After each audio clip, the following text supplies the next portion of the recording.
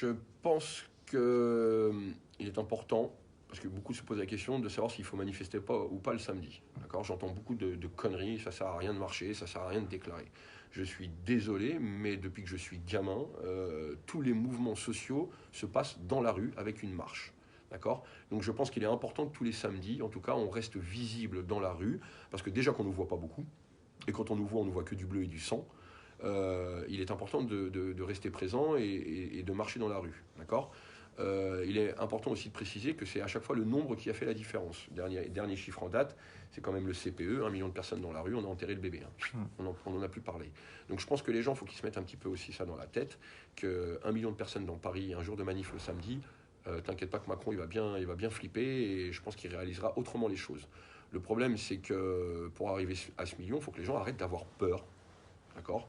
Parce que s'il a réussi son coup, Macron, c'est de faire peur aux gens. Donc à mutiler, à frapper, à estropier, à mettre en place une répression assez virulente, des gardes à vue en veux-tu en voilà pour des motifs qui sont carrément pas valables. J'en ai moi-même fait les frais avec d'autres. Je pense que là, il a réussi son coup pour pouvoir faire peur aux gens. Donc moi, je lance un appel aux gens, arrêtez d'avoir peur. 1 million de personnes face à 10 000 flics, les flics ne feront rien, strictement rien du tout.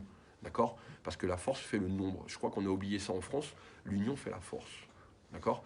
En ce qui concerne le 18, par les remontées d'informations que j'ai au niveau des provinces, je pense que ça va être très très lourd, qu'il va y avoir énormément de personnes, et j'en suis satisfait.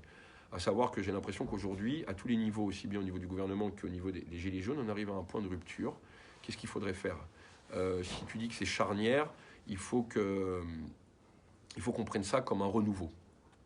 Mais de ce renouveau doit ressortir une construction pour pouvoir bien présenter les choses et peut-être être mieux entendu en tous les cas. D'accord ? Donc de se reconcentrer sur ce qui est la base du mouvement, le pouvoir d'achat, le mieux vivre et un petit peu plus de dignité humaine, de revenir aussi, de bien préciser aujourd'hui on a soif d'une démocratie plus importante en France parce qu'on s'aperçoit que les institutions françaises sont complètement archaïques, c'est des portefeuilles et des millefeuilles de lois et de conneries qu'on ne sait même plus comment s'en sortir.